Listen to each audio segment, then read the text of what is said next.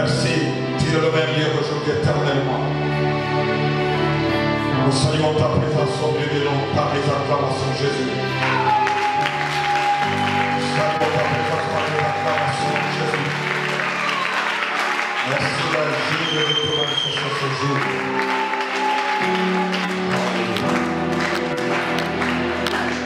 Au nom puissant de Jésus-Christ, nous avons ainsi prié. Amen. Amen.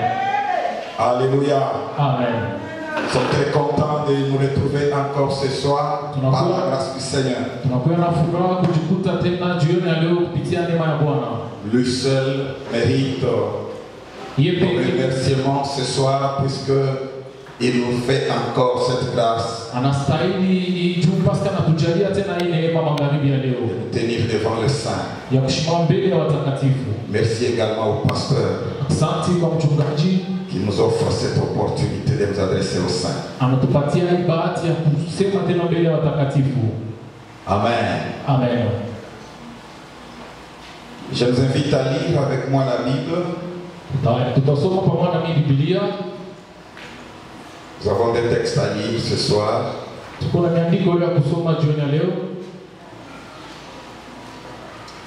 Alors lire 1 Samuel chapitre 10 verset 6 à 11. On souffrira un peu ce soir, j'ai oublié mes lunettes. Amen. Alléluia. Amen. On va lire 1 Samuel chapitre 10 verset 6 à 11. Et puis on lira Psaume 51 verset 10. Psaume 51 verset 10. Nous sommes dans le livre de 1 Samuel, le chapitre 10, le verset 6 à 10, à 11. Nous lisons au nom de Jésus. Amen. L'Esprit de l'Éternel te saisira, tu prophétiseras avec eux, tu seras changé en un autre homme. Lorsque ces signes auront eu pour toi leur accomplissement, fais ce que tu trouveras à faire, car Dieu est avec toi. 8. Puis tu descendras avant toi à Gilgal, et voici je descendrai vers toi, pour offrir des holocaustes et de sacrifices d'action de grâce. Tu attendras 7 jours jusqu'à ce que j'arrive auprès de toi et que je te dise ce que tu dois faire. 9. Dès que Saül eut tourné les dos pour se séparer de Samuel, Dieu lui donna un autre cœur. Et tous ces signes s'accompliront le même jour. 10. Lorsqu'ils arrivèrent à Gubéa, voici une troupe de prophètes vint à sa rencontre. L'Esprit de Dieu les saisit et il prophétisa au milieu d'eux. 11. Tous ceux qui l'avaient connu auparavant virent qu'il prophétisait avec les prophètes et l'on se disait l'un à l'autre dans le peuple. Qu'est-ce-t-il arrivé au fils de Kis, Saül? Est-il aussi parmi les prophètes? Psaume Zaburi 51 verset 10.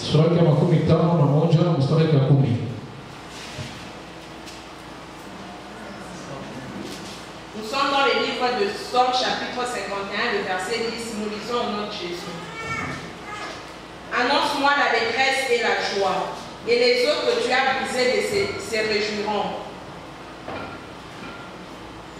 Lis un peu le verset 11. 11. Détourne ton regard de mes péchés, efface toutes mes iniquités. 12. Ô Dieu, crée en moi un cœur pur, renouvelle en moi un esprit bien disposé. Non, c'est ça le verset que je cherchais. Donc c'est le verset 12 dont on a besoin. Amen.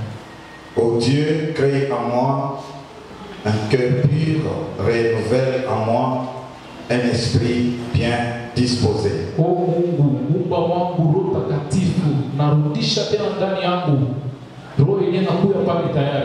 Alléluia. Amen. Nous sommes en train de parler de Saint-Esprit avec moi aujourd'hui. Et le texte que nous avons lu, c'est avec ce texte que nous allons clôturer ce soir avant de pouvoir entrer dans la prière.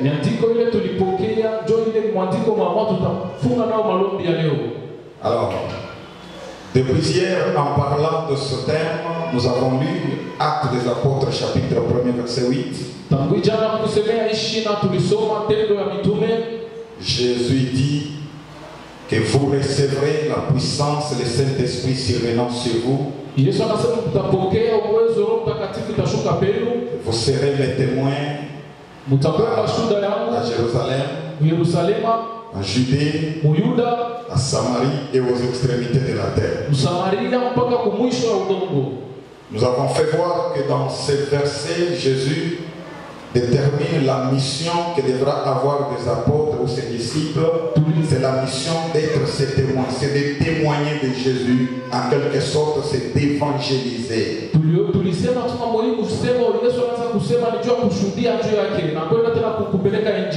Et c'est la mission que tout enfant de Dieu a.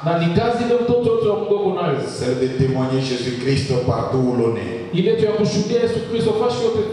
Et Jésus définit les objectifs pour cette mission. Il dit, vous le ferez ici à Jérusalem et dans la Judée. Vous le ferez à Samarie et aux extrémités de la terre. Donc, 3 objectifs. Ça veut dire quoi? Ça veut dire que lorsque le Saint-Esprit arrive, il rend les disciples capables de parler de Jésus-Christ. Il devrait parler à Jérusalem et dans toute la Judée.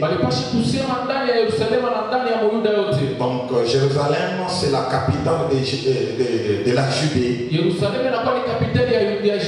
Et lorsqu'ils auront fini, ou encore pendant que le témoignage sera donné à Jérusalem, on témoignera aussi à Samarie. Et puis aux extrémités de la terre. Je pense que si nous sommes aujourd'hui chrétiens, nous sommes le produit de la réalisation du 3e objectif de cette mission. Il était celle de témoigner aux extrémités de la terre. Donc, quand l'évangile est sorti d'Israël et venu vers les nations, c'est alors que nous aussi nous avons accepté Jésus comme Seigneur et Sauveur. Amen, amen. Amen. Alors, je voudrais qu'on voie quelque chose aujourd'hui. Ce que Jésus a dit était comme une promesse. Et nous allons voir également comment cette promesse s'est accomplie réellement. Quand vous regardez en Actes chapitre 2, verset 1er à 4. Amen. Amen. La Bible vous dira qu'ils étaient ensemble au jour de la Pentecôte. Ils étaient à Jérusalem. L'Esprit du Seigneur est descendu sur eux. Il y a eu comme un vent impétueux qui a secoué toute la maison. Il y a eu de flammes de feu ou de langues de feu qui se reposaient chacune sur chacun d'eux. Alors ils se mirent à parler en d'autres langues. Amen. Amen. Amen. Amen. Et la Bible dit que tellement qu'ils parlaient, il y avait en ces temps-là beaucoup de gens à Jérusalem qui sont venus fêter la Pentecôte. La Pentecôte était une fête annuelle, la fête de la moisson. Et les gens quittaient les provinces et venaient fêter à Jérusalem. Ils étaient nombreux, certains au temple, d'autres, je ne sais pas s'il y avait des hôtels des chambres d'hôtel venues pour la Pentecôte à Jérusalem. Mais ceux qui étaient avec Jésus s'étaient rappelés que Jésus leur avait dit que vous recevrez une puissance. Pendant que les autres étaient dans le temple en train de fêter, en train de chanter, en train de danser, en train de manger, en train de boire, et étaient enfermés dans la chambre haute, en train de prier jusqu'à l'exaucement. Puisque le Seigneur leur a dit, ne quittez pas sitôt Jérusalem. Restez encore jusqu'à ce que s'accomplisse ce que je vous avais dit. Alors ils ont compris et ils sont restés dans la chambre haute. Peu importe l'événement officiel qui était sur la vie de ce jour-là. La Pentecôte était une fête nationale chez les Juifs à cette époque-là. Amen. Alors tout le monde devrait être là, devrait fêter, il y avait des cérémonies à faire. Mais ceux qui avaient reçu la promesse du Seigneur ne sont pas allés où se trouvaient les officiels. Ne sont pas allés à des places publiques où il y avait des manifestations publiques. Ils sont allés dans la chambre haute dans l'intention de prier jusqu'à voir l'accomplissement de ce que le Seigneur avait promis. Amen. Pendant que les uns sont au temple, les autres étaient dans la prière. Je veux que tu sois parmi ceux qui sont et ceux qui seront dans la prière. Ceux qui s'attendent à vivre l'accomplissement de ce que le Seigneur a promis. Ceux qui se sont fixés l'objectif de voir le Seigneur les exaucer ou encore exaucer leurs prières.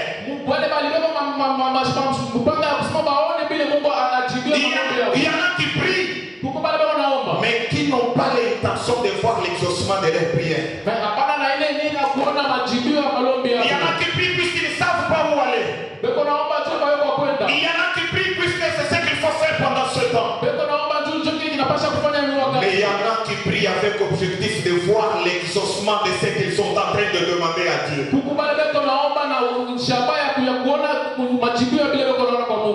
Que Dieu nous bénisse. Amen. Et quand le Saint-Esprit descendit sur eux,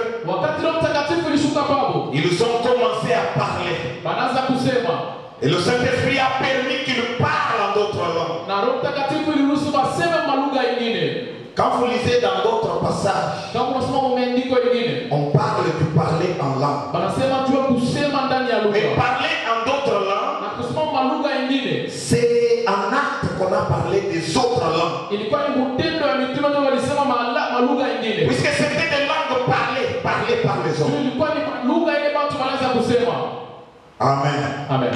Amen. C'est ainsi que la foule qui était dans le temple, qui était dans les hôtels, a couru vers la chambre haute. Ils disent que nous avons entendu un bruit différent du bruit qu'on a toujours entendu. Qu'est-ce qui se passe là-bas? Allons découvrir quelque chose. En s'approchant, ils découvrent chacun qu'on parlait dans sa propre langue.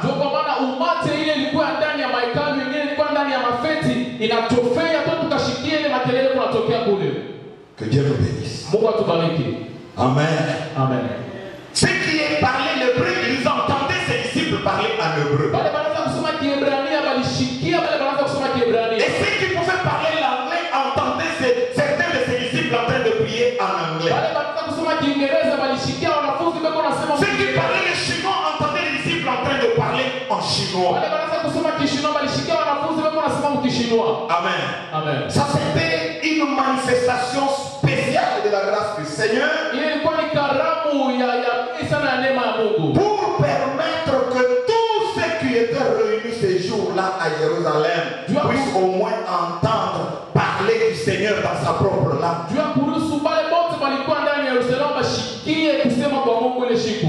Que Dieu nous bénisse. Parce que si on avait parlé seulement en hébreu, les Romains ne pouvaient pas entendre parler de Dieu ces jours-là.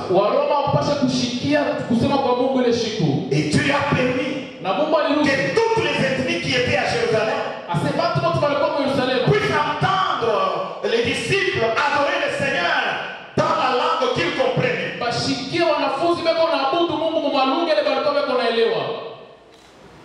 Amen, amen. Amen. Alléluia. Amen. Alléluia. Amen. Ça s'est accompli comme le Seigneur avait promis. Et ce qui me préoccupe ou qui m'intéresse dans ce texte, la Bible dit que tous ont parlé. Mais pendant qu'ils parlaient, la foule qui est venue se disait, mais est-ce que ces gens ne sont-ils pas ivres? Ne sont-ils pas fous? Mais il y a eu un seul homme qui s'est levé. Amen. Amen. Au-delà qu'il parlait des autres, Pierre s'est levé. Il a présenté l'évangile à toutes ces nations-là. Lui au moins a compris que le Seigneur avait dit que quand il viendra, il vous rendra capable de témoigner. Il vous rendre des témoins. Alors il s'est levé pour dire, ce que vous voyez n'est pas un fait du hasard. Amen. Amen. Joël avait promis. Et aujourd'hui ça s'accomplit. Alléluia. Amen. Alors pour que vous puissiez recevoir cela, acceptez Jésus qui est venu, que vous n'avez pas accepté, que vous avez maltraité et qui est mort sur la croix. Celui qui est mort sur la croix, lorsqu'on l'a enterré au troisième jour, il est ressuscité. Il est allé à la droite du Père. Étant arrivé là, alors c'est lui qui a demandé l'Esprit et a répandu l'Esprit sur l'Église. Que Dieu nous bénisse. Tous ont parlé, mais Pierre a témoigné de Jésus-Christ. Je prie ce soir que vous ne soyez pas seulement parmi ceux qui parlent, mais parmi ceux qui témoignent de Jésus-Christ. C'est ce que Jésus attend de nous. Quand il nous accorde son esprit, quand il nous remplit de sa puissance, c'est pour que nous soyons des témoins et non pas des parleurs, des témoins de Jésus-Christ. Que Dieu nous bénisse. Que le Seigneur te rende capable de les témoigner partout au nom de Jésus-Christ.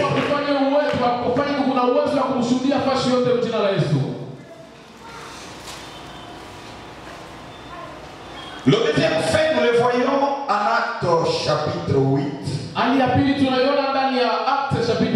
Verset 12 à 17. Verset 12 à 17. Là, c'est l'accomplissement de la promesse, cette fois-là à Samarie.